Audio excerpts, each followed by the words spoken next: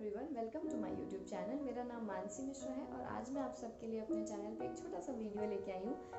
आशा करती हूँ आप सबको पसंद आएगी। तो चलिए शुरू करते हैं बिना किसी देरी के। एक गांव में एक किसान रहता था। उसके गांव के बाहर उसका एक छोटा सा खेत था। उस खेत की फसल की बुआई के बाद एक बार एक चिड़िया ने उसके खेत में अपना घोंसला बना लिया। थोड़ा समय बीता तो उस चिड़िया ने उस घोंसले में 2 अंडे भी दे दिए और उन 2 अंडों से छोटे छोटे से प्यारे प्यारे से 2 बच्चे भी निकल आए। थोड़ा समय बीतता गया और अब कुछ महीनों बाद उस फसल की कटाई का समय आ गया। क्योंकि वो जो बच्चे थे चिड़िया के, वो वहाँ बहुत खुशी खुशी रह रहे थे। तो जब फसल की कटाई का समय आया और सब किसान अपने अपने खेतों की कटाई के लिए लग गए, अपनी अपनी फसल कटाने के लिए लग गए, तो एक बार उस खेत के मालिक को उस चिड़िया के बच्चों ने कहते हुए सुना कि मैं अपने खेत की फसल की कटाई के लिए कल अपने दोस्त को भेजता हूँ, तो वो कर देगा। ये बात सुनकर चिड़िया के बच्चे बहुत डर जाते हैं और उस टाइम चिड़िया वहाँ नहीं होती, वो कहीं गई होती है। तो जब वो चिड़िया वापस आती है तो बच्चे चिड़िया से बताते हैं कि माँ, अब हमारा यहाँ से जाने का समय आ गया है। मैंने इस खेत के मालिक को ऐसा ऐसा कहते सुना है, कल उसका दोस्त आएगा और वो इस फसल की कटाई करके चला जाएगा, तो हमें यहाँ से अब जाना चाहिए। तो चिड़िया बोलती है कि नहीं बच्चों, इतनी जल्दी नहीं, अभी हमारा जाने का समय नहीं आएगा।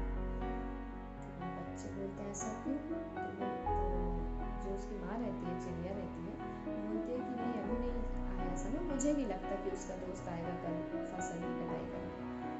चिड़िया के बच्चे बोल देते हैं ठीक है। अगली सुबह ठीक वैसे ही होता है, दोस्त नहीं आता है, फसल की कटाई नहीं होती है, वो चिड़िया वहीं रह जाती है। फिर शाम को जब खेत का मालिक वापस आता है खेत देखने की कटाई हुई कि नहीं हुई, तो जब वो वापस आता है तो वो देखता है और कटाई नहीं हुई होती है। तो वो मन ही मन बुदबुदाने लगता है कि यार दोस्त ने तो नहीं किया है, तो चलो मैं एक काम करता हूँ, कल मैं अपने रिश्तेदार को भेजता हूँ तो वो कटाई कर देगा। अब ये बात फिर से चिड़िया के बच्चे सुन लेते हैं, तो फिर वो अपनी माँ को बताते हैं कि माँ, मैंने सुना कि वो बोल रहा था अपने रिश्तेदार को भेजूंगा तो वो कर देगा। तो चिड़िया बोलती है कि नहीं बच्चों, तुम लोग परेशान मत हो और तुम लोग देख लेना, वो रिश्तेदार नहीं आएगा कल। तो चिड़िया के बच्चे बोलते हैं कि आप इतना यकीन से कैसे बोल सकती हो?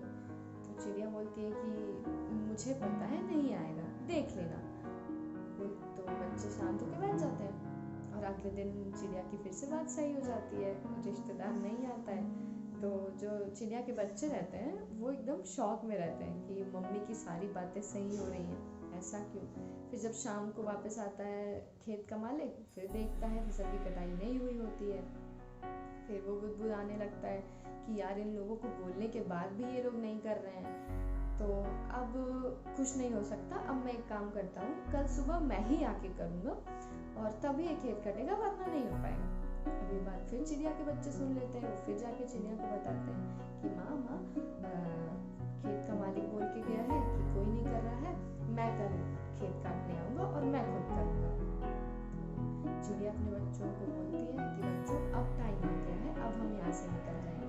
तो चिड़िया बोलती है कि अब आप ऐसा क्यों कह रही हो माँ, अभी तक तो आप जाने के लिए तैयार थी, अब कैसे समय हो गया? तो चिड़िया बोलती है कि अभी तक जो काम उसे करना चाहिए था वो दूसरों के ऊपर डाल रहा था। एक बार उसने अपने दोस्त को बोला, एक बार उसने अपने रिश्तेदार को बोला। तो जो काम आपका खुद का है, ठीक है, आपको वो खुद करना चाहिए, इसलिए वो काम नहीं हुआ। लेकिन अब चूंकि उसने वो जिम्मेदारी अपने कंधों पे उठा ली है तो वो काम कल हो जाएगा, तो हम यहाँ से निकलते हैं। और उसी रात को चिड़िया और उसके 2 बच्चे वहाँ से उड़ के किसी और खेत में चले गए। तो इस स्टोरी का जो कंक्लूजन निकलता है, जो सीख निकलती है, वो ये है कि आपका जो काम है, अगर आप चाहते हो कि वो अच्छे से जल्दी हो जाए और जल्दी खत्म हो जाए, तो आपको खुद करना चाहिए। लेकिन दूसरों से एक्सपेक्टेशंस रखना, दूसरों से मदद लेना कोई बुरी बात नहीं है। लेकिन अगर आप चाहते हैं कि आपका काम जल्दी हो जाए और अच्छे से हो जाए, तो वो जिम्मेदारी आपको ही लेनी पड़ेगी।